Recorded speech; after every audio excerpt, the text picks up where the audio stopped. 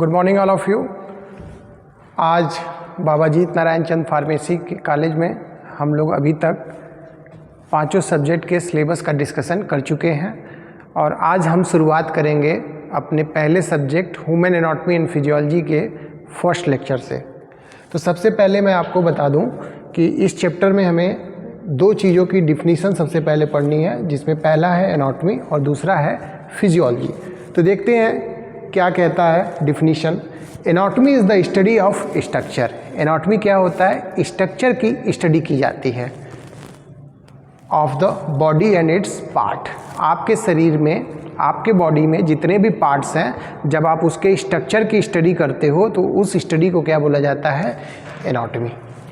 दूसरी डिफिनीशन है फिजियोलॉजी की। Physiology is the study of the function.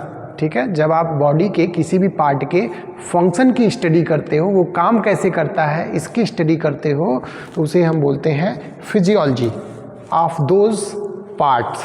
How the body works. आपकी body कैसे काम करती है, आपकी आंखें कैसे देखती है, आपकी जुबान कैसे बोलती है, आपके टेस्ट कैसे आते हैं आपके शरीर में, आपका रिस्पायरेशन प्रोसेस कैसे होता है, आप कैसे सुन पाते हो। ठीक है, ये सारी चीज़ें आप कैसे समझ पाओगे? Through the anatomy and physiology. Physiology से फंक्शन समझोगे और एनाटॉमी के थ्रू जो है स्ट्रक्चर समझोगे। तो हम बात करेंगे मेजर डिवीज़न ऑफ एनाटॉमी की। एनाटॉमी के कुछ मेजर डिवीजन्स होते हैं, है ना, तो उन डिवीजन्स की बात करेंगे। जैसे कि फार्मेसी में आप देखते हो बहुत सारे कोर्सेज के डिवीज़न हैं, तो इसी प्रकार से एनाटॉमी में भी कुछ डिवीज़न है, कुछ पार्ट्स हैं जिनको हम एनाटॉमी में पढ़ते हैं। तो पहला है, दो तरह की एनाटॉमी के डिवीज़न है, जिसमें ग्रॉस एनाटॉमी की बात करते हैं, माइक्रोस्कोपिक एनाटॉमी की बात करते हैं। माइक्रोस्कोपी मतलब कुछ न कुछ माइक्रोस्कोप से देख के स्टडी की जा रही है। ग्रॉस एनाटॉमी मतलब स्टडी ऑफ लार्ज, मतलब आप आंखों से देख के उसकी स्टडी कर सकते हो। विजिबल स्ट्रक्चर्स होते हैं, जैसे आप हार्ट को देख सकते हो, लंग्स को देख सकते हो, तो इसकी स्टडी अगर आप करते हो, लार्ज विजिबल स्ट्रक्चर की स्टडी करते हो, एनाटॉमी करते हो उसकी, तो वो ग्रॉस एनाटॉमी कहलाती है। और किसी को जब माइक्रोस्कोपिक, मतलब क्या कह रहा है? Study of structure too small to see with the naked eye. ठीक है, जब आप नंगी आंखों से उसको नहीं देख पाते, आपको माइक्रोस्कोप यूज करना पड़ता है, तो वो माइक्रोस्कोपिक एनाटॉमी होती है। जैसे study of tissue and study of cell. Study of tissue को क्या बोलते हैं? हिस्टोलॉजी, और स्टडी ऑफ सेल को क्या बोलते हैं? साइटोलॉजी। तो आप साइटोलॉजी की स्टडी करते हो, हिस्टोलॉजी की स्टडी करते हो, तो आपको माइक्रोस्कोपिक एनाटॉमी पढ़नी पड़ती है।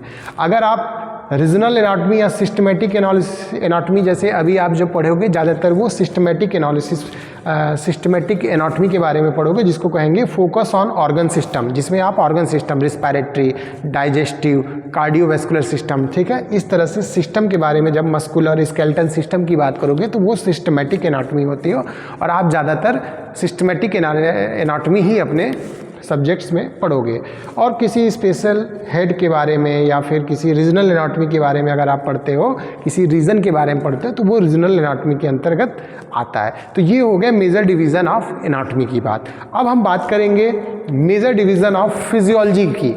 ठीक है, अब फिजियोलॉजी में अगर आप मेजर डिवीज़न की बात करो तो तीन चीज़ें इसमें बताई गई है। एक है सेलुलर फिजियोलॉजी। इसमें क्या बोलते हैं कि हाउ सेल फंक्शन, आपका सेल कैसे काम करता है। अगर हम इस लेवल पे जाके स्टडी करना चाहते हैं तो हमें जो है सेलुलर फिजियोलॉजी जाके पढ़नी पड़ेगी। अगर हमें पढ़ना हाउ ऑर्गन सिस्टम वर्क्स, जैसे रिस्पायरेटरी फिजियोलॉजी या कोई भी सिस्टमेटिक फिजियोलॉजी, और आपको बेसिकली सिस्टमेटिक फिजियोलॉजी पढ़ना और सिस्टमेटिक एनाटॉमी पढ़ना है। ठीक है, आपके जो सिलेबस में है वो इस पे ज़्यादा फोकस किया गया। और एक होती है पैथोफिजियोलॉजी। पैथोफिजियोलॉजी कहते हैं how body function change with disease, मतलब कि आपकी जो बॉडी का फंक्शन है, अगर आप नॉर्मल फंक्शन की स्टडी करते हो तो वो तो फिजियोलॉजी के अंतर्गत करते हो, लेकिन डिजीज़ में आपकी फिजियोलॉजी फंक्शन कैसे चेंज होता है, इसी को क्या बोलते हैं? पैथोफिजियोलॉजी। ठीक है, एक बुक हम आपको वो बताएंगे, रॉस एंड विल्सन, जिसमें आपको एनाटॉमी फिजियोलॉजी के साथ साथ पैथोफिजियोलॉजी भी बताया जाता है। तो आगे हम बात करेंगे level of structural organisation in the body, मतलब आपका बॉडी कैसे बना हुआ है। तो सबसे पहले अगर आप सबसे छोटी चीज़ की बात करो, जैसे कि आपकी बनावट कैसे है, तो आप सबसे पहले केमिकल लेवल पे बने हो। केमिकल लेवल में एटम और मॉलिक्यूल से आप बने हुए हो। उसके बाद सेलुलर लेवल पे आप बनते हो, जिसको बोलते हैं बेसिक यूनिट ऑफ लाइफ, जिसमें हम सेल की बात करते हैं। फिर टिश्यू लेवल पे हम आपकी बात करें, ये ऑर्गेनाइजेशन ऑफ ह्यूमन बॉडी की बात कर रहा है कि आपकी जो ह्यूमन बॉडी है वो कैसे बनी है। तो आप केमिकल लेवल पे बने हो, आप सेलुलर लेवल पे बने हो, आप टिश्यू लेवल पे बने हो, आप ऑर्गन लेवल पे बने हो, आप ऑर्गन सिस्टम लेवल पे बने हो, तब जाके आपका ऑर्गेनाइजेशन लेवल तैयार होता है, जिसको हम बोलते हैं द कंप्लीट लिविंग बींग्स। तो सेलुलर केमिकल लेवल पे हम बात करें तो आप एटम और मॉलिक्यूल से बने हो, जैसे हम लोग बोलते हैं कि hydrogen, carbon, oxygen, nitrogen, phosphorus, ये आपके बेसिक एटम्स हैं जिनसे मानव शरीर बना हुआ है। मॉलिक्यूलर लेवल पे हम बात करें तो बायोमॉलिक्यूल्स की बात करते हैं, कार्बोहाइड्रेट, प्रोटीन, लिपिड, ठीक है। तो ये मॉलिक्यूलर लेवल पे आपकी बात होती है। सेलुलर लेवल पे हम बात करें तो हम सेल की बात करते हैं, टाइप ऑफ सेल्स की बात करते हैं, है ना। उसके बाद हम लोग टिश्यूज़ की बात करें तो टाइप ऑफ टिश्यू, अलग अलग तरह के टिश्यू होते हैं। सेल आपस में मिलकर टिश्यू बनाते हैं, टिश्यू आपस में मिलके ऑर्गन बनाते हैं। क्या बता रहा है, 2 और मोर टिश्यू वर्किंग टुगेदर, 2 या 2 से अधिक टिश्यू मिलके जब एक साथ काम करते हैं तो वो ऑर्गन का निर्माण करते हैं। फिर ऑर्गन सिस्टम लेवल, जिसमें हम लोग बात करते हैं कि रिस्पिरेटरी सिस्टम, डाइजेस्टिव सिस्टम। तो सिस्टम लेवल पे आपका ऑर्गेनाइजेशन होता है, जो बोलते हैं organs that perform a major function, organ that performs a major function. जैसे किडनी का एक अलग फंक्शन है, लंग्स का एक अलग फंक्शन है, हार्ट का एक अलग फंक्शन है। तो ये ऑर्गन सिस्टम लेवल पे बात होती है, जिसमें हम लोग कार्डियोवैस्कुलर, डाइजेस्टिव सिस्टम की बात करते हैं। ऑर्गन लेवल पे आपकी किडनी, लीवर, इनकी बात करते हैं। ऑर्गेनाइजेशन ऑर्गेनिज्म लेवल पे बात होगी तो कंप्लीट ह्यूमन बींग्स की बात होगी। तो ये अगर आपको कभी भी एग्जाम में पूछता है कि organisation in the body, structural organisation in the body आपकी कैसी है, किस लेवल पे है, तो आप ये 6 लेवल में अपने बॉडी के ऑर्गेनाइजेशन प्रोसेस को बताओगे।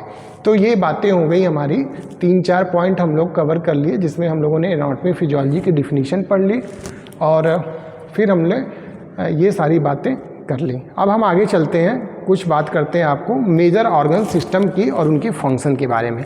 तो करीब करीब हम लोग देखते हैं कि 12 के करीब होते हैं। 1 2 3 4 5 6 7 8 9 10 11, यहाँ पे 11 दिए हैं। चलिए इन्हीं की बात कर लेते हैं, कुछ छोड़ दिया होगा इसमें। अच्छा, सेंस ऑर्गन्स का ऐसे नहीं दिया है इसमें, फिर भी हम बात करते हैं जितने इसमें दिए हुए हैं। तो स्केलेटन सिस्टम क्या करता है, आपको सपोर्ट प्रोवाइड करता है, प्रोटेक्शन देता है, ब्लड सेल प्रोडक्शन में हेल्प करता है। आपका स्केलेटल सिस्टम जो बोन होता है वो बेसिकली क्या करता है, आपके शरीर को सपोर्ट प्रोवाइड करता है, बचाव, आपके जो इंटरनल ऑर्गन्स होते हैं उसको बचाने का काम करता है, ब्लड सेल के प्रोडक्शन का भी काम करता है। जब मैं आपको ब्लड हीमोपोइसिस समझाऊंगा तो उसमें बताऊंगा कि आपकी बॉडी ब्लड कैसे बनाती है, उसमें आपके स्केलेटन सिस्टम का इन्वॉल्वमेंट होता है ना। बोन मैरो की बात आएगी वहाँ पे, तो वो चर्चा करेंगे। मस्कुलर जो होते हैं, जो आपके मसल्स होते हैं, वो क्या करते हैं, आपको मूवमेंट में हेल्प कराते हैं, है ना। पोस्चर्स, आप पोस्चर जो ऐसे इधर उधर कर पाते हो, अपना पोस्चर मेंटेन कर पाते हो। आपका जो हीट प्रोडक्शन होता है ना, कहते हैं कि मोटे लोग को कम ठंडी लगती है, पतले लोग को ज़्यादा ठंडी लगती है। तो ये कहीं ना कहीं आपके मसल्स पे डिपेंड करता है कि आप जो है हीट प्रोडक्शन कितना करते हो। नर्वस सिस्टम क्या करता है, आपका नर्व्स जो होते हैं वो फास्ट कम्युनिकेशन एंड कंट्रोल करते हैं। यहाँ टच किया तुरंत चला गया। नर्वस सिस्टम आपका कैसा है, डायबिटीज़ में आप लोग देखते होंगे कि आपके सेंसरी न्यूरॉन्स जो होते हैं वो अच्छे से काम नहीं करते, तो उनको पैर वगैरह पे सुन्नापन आने लगता है ना। तो डायबिटिक न्यूरोपैथी भी हो जाती है। तो वो नर्वस सिस्टम पे कहीं ना कहीं डायबिटीज़ के लॉन्ग टर्म इफेक्ट के हाई लेवल, जब आपका ब्लड शुगर लेवल होता है तो आपके वो नर्वस सिस्टम को अफेक्ट करता है, तो आपके कम्युनिकेशन में प्रॉब्लम आती है, कंट्रोल में भी प्रॉब्लम आती है। तो इंडोक्राइन क्या करता है, आपका hormonal control of body function. Endocrine क्या करता है आपका, अभी इंडोक्राइन सिस्टम पढ़ोगे तो उसमें hormonal control of the body function, कैसे हार्मोन कंट्रोल करता है बॉडी के फंक्शन पे, उनकी चर्चाएं करेंगे। कार्डियोवैस्कुलर सिस्टम क्या करता है, transport of nutrient and gases. Cardiovascular क्या करता है, ट्रांसपोर्ट करता है और न्यूट्रिशन का ट्रांसपोर्ट करता है और गैसेज का ट्रांसपोर्ट करता है। जैसे कि जो O2 और CO2 होता है, ये आपके ब्लड के ही थ्रू, कार्डियोवैस्कुलर सिस्टम के ही थ्रू जो है क्या होता है, ये आउट होता है। ऑक्सीजन आपके शरीर के अंदर जाता है, न्यूट्रिशन आपके बॉडी में हर जगह तक पहुंच पाते हैं इसी की वजह से। रिस्पिरेटरी की बात करें, गैसियस एक्सचेंज O2 CO2 भी इसी के थ्रू होता है। गैसेज के साथ साथ आपके जो है न्यूट्रिशन और प्लस रिस्पिरेटरी के थ्रू O2 और CO2 जो है एक्सचेंज होते हैं। डाइजेस्टिव के थ्रू क्या होता है, break down food, absorb and nutrients. Digestive process के थ्रू सोचो आप चावल खाते हो, रोटी खाते हो, उसको कैसे आप च्यूइंग करते हो, फिर अंदर जाता है, फिर कार्बोहाइड्रेट, प्रोटीन, लिपिड, न्यूट्रिएंट्स आपके बॉडी में पहुंच पाते हैं। तो ये प्रोसेस हो पाता है किसकी वजह से? डाइजेस्टिव सिस्टम की वजह से। यूरिनरी सिस्टम क्या करता है? आपके रिमूव वेस्ट, आपके जो भी शरीर के वेस्ट होते हैं वो यूरिनरी सिस्टम के थ्रू रिमूव होते हैं, है ना। बैलेंसेस फ्लूइड्स, और आपकी बॉडी में फ्लूइड को बैलेंस करने का भी काम आपका यूरिनरी सिस्टम ही करता है। नहीं तो सारे निकल जाएंगे तो वाटर लेवल आपका एकदम कम हो जाएगा, आप सूख जाओगे। रिप्रोडक्टिव सिस्टम क्या करता है? प्रोड्यूसेस ऑफ स्प्रिंग, मतलब आप जैसा दूसरा कोई अगर जैसे हो जाते हैं, बच्चे होते हैं, तो वो कहीं ना कहीं आपके रिप्रोडक्टिव पार्ट की वजह से हो पाता है, तो उनकी स्टडी हम लोग इसमें करेंगे। इंटीग्यूमेट्री क्या करता है? प्रोटेक्ट बॉडी, रेगुलेट टेम्परेचर, ठीक है। आपके जो इंटीग्यूमेट्री स्किन की जब हम चर्चा करते हैं तो वो इंटीग्यूमेट्री के अंतर्गत पढ़ा जाता है। ये आपकी बॉडी को प्रोटेक्ट करता है और टेम्परेचर को भी रेगुलेट करता है, ठीक है। लिम्फेटिक और इम्यून सिस्टम क्या करता है? Defence against infection. आपका लिम्फेटिक सिस्टम या इम्यून सिस्टम क्या करता है? इन्फेक्शन के अगेंस्ट आपको प्रोटेक्ट करता है। उसके बाद हम लोग बात करेंगे स्कोप। मैंने आपको सिलेबस में बताया था कि हमें एनाटॉमी एंड फिजियोलॉजी का स्कोप भी पढ़ना है, तो कुछ पॉइंट्स हम देखते हैं। अगर देखो आप एनाटॉमी एंड फिजियोलॉजी को अच्छे से पढ़ते हो तो आप क्या कर पाओगे? ह्यूमन स्ट्रक्चर और फंक्शन को अच्छे से समझ पाओगे। क्या कर पाओगे? ह्यूमन स्ट्रक्चर को और फंक्शन को समझ पाओगे। दूसरी बात क्या होगी? Foundation of medical and health sciences. आप लोग क्या करोगे? मेडिकल और हेल्थ साइंसेज की आधार को, फाउंडेशन को समझ पाओगे। तीसरा point, knowledge of all level of body organisation. आप केमिकल लेवल पे, टिश्यू लेवल पे, ऑर्गन लेवल पे, ऑर्गन सिस्टम लेवल पे, ऑर्गेनाइजेशन लेवल पे आप पूरे बॉडी के सिस्टम को समझ पाओगे, है ना। कि सेल से टिश्यू, टिश्यू से ऑर्गन, ऑर्गन से ऑर्गन सिस्टम और होल बॉडी का निर्माण कैसे होता है, इसकी पूरी नॉलेज आपको एनाटॉमी फिजियोलॉजी से ही समझ में आएगी। हेल्प इन डायग्नोसिस और ट्रीटमेंट। अगर आप डायग्नोसिस करना चाहते हो किसी बीमारी की या फिर ट्रीटमेंट देना चाहते हो तो एनाटॉमी फिजियोलॉजी के बिना संभव नहीं है। Support surgical and clinical practice. अगर आप कोई सर्जिकल प्रोसीजर करना चाहते हो, आपको एनाटॉमी फिजियोलॉजी नहीं पता रहेगी तो कैसे करोगे? आप क्लिनिकल प्रैक्टिस नहीं कर पाओगे। अगर आप रेडियोलॉजिस्ट हो या कुछ भी हो, बिना एनाटॉमी फिजियोलॉजी के कोई भी डॉक्टर्स की कोई भी डिपार्टमेंट्स नहीं समझी जा सकती। बेसिक ऑफ पैथोफिजियोलॉजी, आप पैथोफिजियोलॉजी नहीं समझ पाओगे, आपको एनाटॉमी एंड फिजियोलॉजी नहीं पता होगी। तो इसेंशियल फॉर बायोमेडिकल रिसर्च। आप अगर बायोमेडिकल रिसर्च करना चाहते हो तो आप बिना एनाटॉमी फिजियोलॉजी के किसी भी बायोमेडिकल रिसर्च में अपना योगदान नहीं दे पाओगे। Promotes health and wellness education. अगर आप किसी को हेल्थ और वेलनेस एजुकेशन देना चाहते हो तो भी आप बिना एनाटॉमी एंड फिजियोलॉजी के कुछ नहीं कर पाओगे, क्योंकि this is the fundamental of education of medical science. उसके बाद असिस्ट इन टेक्नोलॉजिकल एडवांसमेंट अगर आप करना चाहते हो, वो भी हेल्थ केयर में, तो बिना एनाटॉमी फिजियोलॉजी के नहीं कर पाओगे। Support preventive medicine and public health. Social pharmacy अगर समझना चाहते हो तो उसमें भी एनाटॉमी फिजियोलॉजी का अच्छा खासा रोल है, तो उसमें भी आपको ये चीज़ें पढ़नी पड़ेगी। तो understanding physiology help in designing effective health programme and intervention. तो जब तक आप फिजियोलॉजी और एनाटॉमी नहीं समझोगे तब तक आप इफेक्टिव हेल्थ प्रोग्राम्स रन नहीं कर सकते। उसके बाद कुछ चीज़ें और हैं जिसमें कॉमन डायरेक्शनल टर्म्स की बात करेंगे हम लोग। डायरेक्शनल टर्म क्या होता है कि जब आप एनाटॉमी एंड फिजियोलॉजी पढ़ते हो तो कुछ टर्म्स होते हैं जिनके बारे में आपको जानकारी होना चाहिए, क्योंकि वो बार बार एनाटॉमी में आपको सुनने को मिलेंगे। जैसे टर्म्स का पहला नाम है सुपीरियर। सुपीरियर मतलब लोग कहते हैं ना ऊपर, सुपीरियर मतलब ऊपर होता है, इन्फीरियर मतलब नीचे होता है। तो सुपीरियर और इन्फीरियर जैसे कि दे रहा है towards the head and upper part of the body. अगर आप हेड के या upper part of the body की बात करते हैं तो वो सुपीरियर होगा। इन्फीरियर मतलब नीचे की बात होगी, away from the head lower part of the body. Lower part of the body को इन्फीरियर बोलेंगे। Anterior toward the front of the body. आपके बॉडी का जो फ्रंट पार्ट होगा वो एंटीरियर होगा। सुपीरियर मतलब अपर, इन्फीरियर मतलब लोअर, फ्रंट मतलब एंटीरियर, और आपके पोस्टीरियर मतलब टुवार्ड द बॉडी बैक, ठीक है। टुवार्ड द बॉडी बैक को पोस्टीरियर बोलेंगे। अभी मैं इमेज में भी आपको दिखा के समझा दूंगा। मीडियन मतलब toward the mid line of the body. Toward the mid line of the body, आपके बीचों बीच की जो लाइनिंग होती है इसी को मिड लाइन बोलते हैं, है ना। प्रॉक्सिमल और डिस्टल अभी जो जैसे दे रहा है closer to the point of attachment. जैसे आपका अटैचमेंट है, जॉइंट्स का अटैचमेंट है, तो इसके ऊपरी पार्ट को प्रॉक्सिमल बोलेंगे, लोअर पार्ट को डिस्टल बोलेंगे। इसी तरह से superficial toward the body surface. आपके बॉडी के सरफेस पे कोई चीज़ है, जैसे स्किन आपकी सुपरफिशियल है, ठीक है। तो ये टर्म्स हम लोग यूज करते हैं। Deep away from the body surface more internal, मतलब डीप की बात करते हैं, मतलब वो आपके बॉडी सरफेस से इंटरनल की बात की जा रही है। इसी प्रकार से देखिए फॉर लिम्स में, लिम्स मतलब आपको अभी जब स्केलेटन सिस्टम बताएंगे तो उसमें लिम्स की बात करेंगे, तो लिम्स में आपके ये पार्ट आएंगे। तो इसमें देखो जैसे प्रॉक्सिमल और डिस्टल के बारे में बताया हो, अभी शोल्डर एंड हिप जॉइंट जो होते हैं वो प्रॉक्सिमल होते हैं और उसके फिंगर एंड टोज जो होते हैं वो आपके डिस्टल पार्ट में होते हैं। तो अभी मैं फिगर से ये बात समझा दूंगा, आपको बहुत अच्छे से समझ में आ जाएगा। अब देखो राइट एंड लेफ्ट, मीडियल, ठीक है, मिड लाइन जिसको बोलते हैं, प्रॉक्सिमल अपर, डिस्टल नीचे, ठीक। उसके बाद इधर देख लो आप इस साइड में एंटीरियर, वेंट्रल, डॉर्सल, पोस्टीरियर, ठीक है, सुपीरियर मतलब ऊपर, इन्फीरियर मतलब नीचे, प्रॉक्सिमल, डिस्टल आप नीचे भी ऐसे देख सकते हो। तो समझ में आ रहा है ना, ये सारे टर्म्स जो मैंने आपको यहाँ पे पढ़ के या समझा के बताने की कोशिश की, ये सारी चीज़ें आप फिगर में देख के अच्छे से समझ सकते हो।